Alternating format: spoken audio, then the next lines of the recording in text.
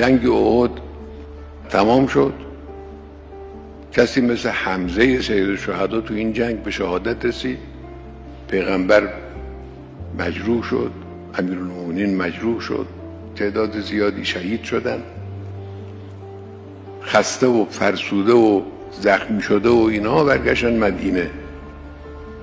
شب دشمن در نزدیکی مدینه، دشمنی که حالا نتونسته بود کاری ضربه زده بود اما نتوانسته بود پیروز بشه بر مسلمین، قریش اینا بیرون مدینه یه فاصله چند کیلومتری مدینه جمع شدن، گفتن امشب حمله کنیم، اینا خستن، کاری ازشون بر نمیاد، مسئله رو تمام کنیم.